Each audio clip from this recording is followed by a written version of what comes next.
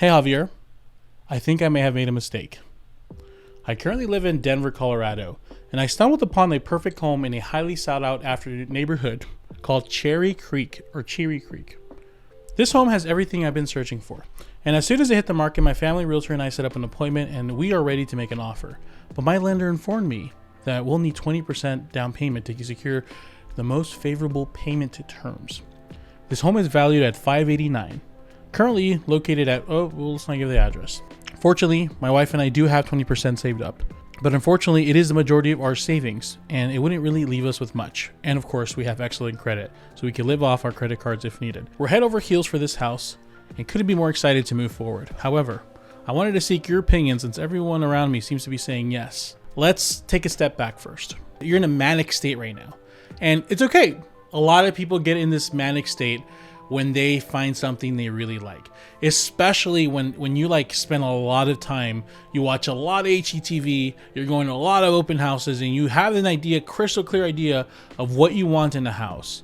And when you think you found something like that, oh man, so you need to first take a step back. You did the right thing by emailing some random person on YouTube who I'm sure has nothing to gain or benefit from you buying this house.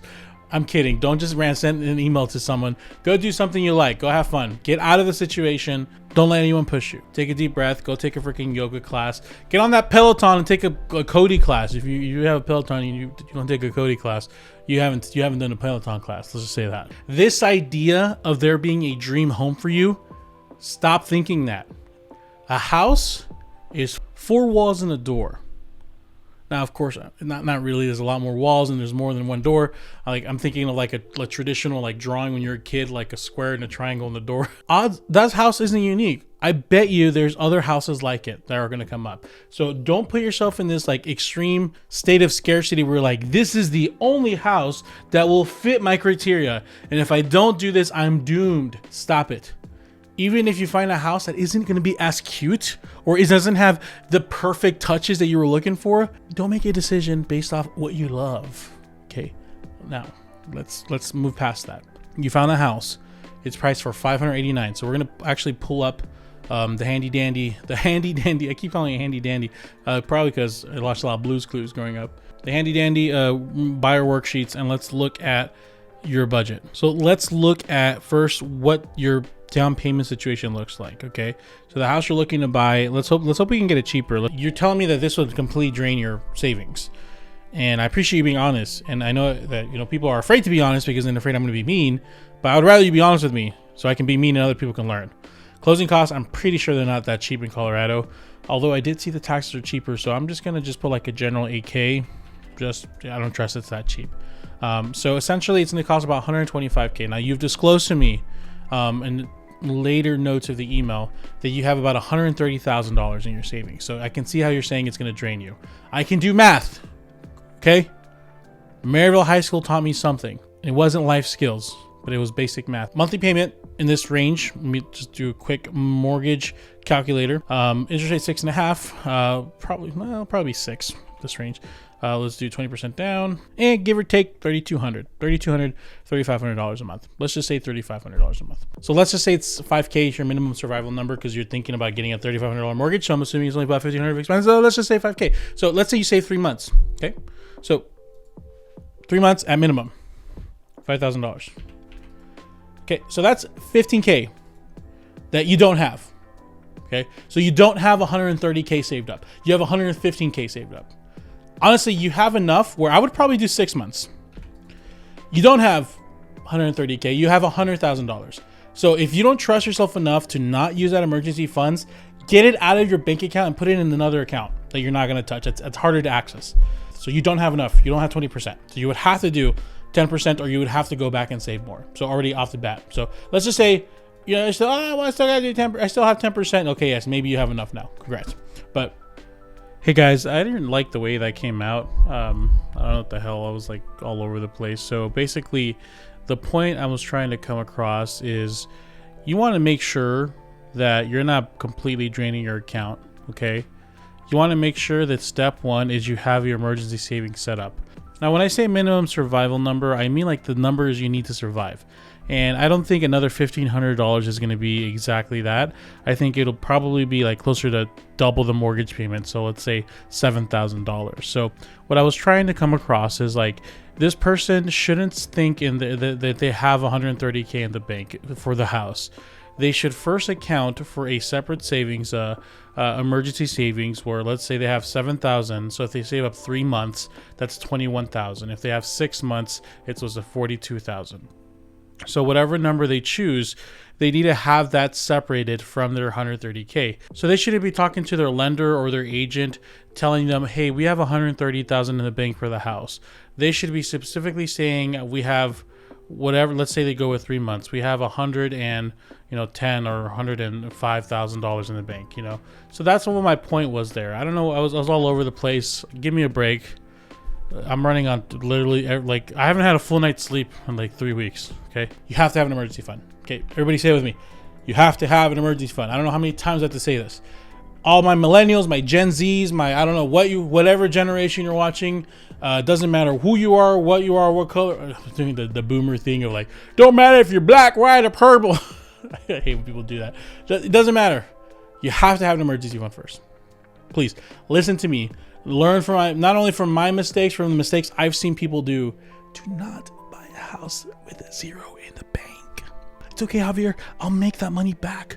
I have a bonus coming. My uncle Clay is gonna help. No, stop it. You and your partner gross about $120,000 a month. So that means your net income. I'm assuming it's a high tax bracket, so it'll be 75%. So let's just say $7,000 for your net. You have excellent credit, so I'm assuming you have your car payments paid off, and I'm assuming you have no student loans. So I'm assuming you're a complete wipe of debt. Congratulations. So what can you afford with these numbers? Now here's a tricky situation. According to these numbers, you qualify for that $3,000 to $3,500 a month. And this is why your lender, your family realtor and your family lender are probably telling you, yes, Mr. and Mrs. Chad, buy this house, you can afford it. Well, yeah, so everybody's telling you that it works because technically you do qualify up to $4,600 a month. So that $3,400 to $3,500 number would work technically. But here's a problem with that number. If you go with that number, that's 50% of your net income. And 38%. Let's say it's like, oh, Javier wasn't 35. Let's say it's 34 or whatever. Okay, you're still close to 50% of your net. So it's half of your money that you're making goes to a mortgage payment, and 37% of your gross income. Well, let's not even focus on that. Net income. That's a big one. Okay, it only leaves you with $3,400 left. That's it, to live your life, to go invest, to go save, to go do whatever you need to do. According to the laws of budgeting, the just right number in this case being used is at 33% of your net income. You are about $1,000 over than where you need to be. You can maybe push it with the really tight at 30% of your gross, but that's pushing it already. You're past this. So not only, okay, does the down payment situation not work for you, but the budget itself is really tight. Now, I don't know if you gave me the accurate number. I don't know if you just gave me one of your incomes or both of your numbers. I mean, that would definitely change something, but really your income to live comfortably with that one should be closer to, let's say, another 30K maybe. What does that do? 30,000. So basically your net income, because this is what, 33% of your net income. So this needs to be another $1,000. So essentially this needs to be closer to 10,000. So let's add 3,000 there. Let's add 3,000 there. So with the additional 3,000, now your just right number is that 3,300 number. Now it makes sense, right? Now things are right. Now, of course, this is just my opinion, but the problem with talking with agents or with lenders is they're not financial advisors. They're not going to be telling you what's the right or wrong decision. Does this make them bad people? Well, they work in an industry that's strictly commission. They get rewarded for closing a deal, not for helping you, your budget makes sense. They get the goal off of selling the house. So they're going to do what it takes, and they're not going to bring up the fact, hey, maybe this doesn't work well for your income. They're just going to say, the computer says you qualify, therefore you should be able to buy, and now we're going to get you, and I'm going to get my 2 or 3% commission. I see 2 red flags here, okay? Your down payment's not quite there. You can maybe go 10%, okay, fine. But the monthly payment itself is still too tight.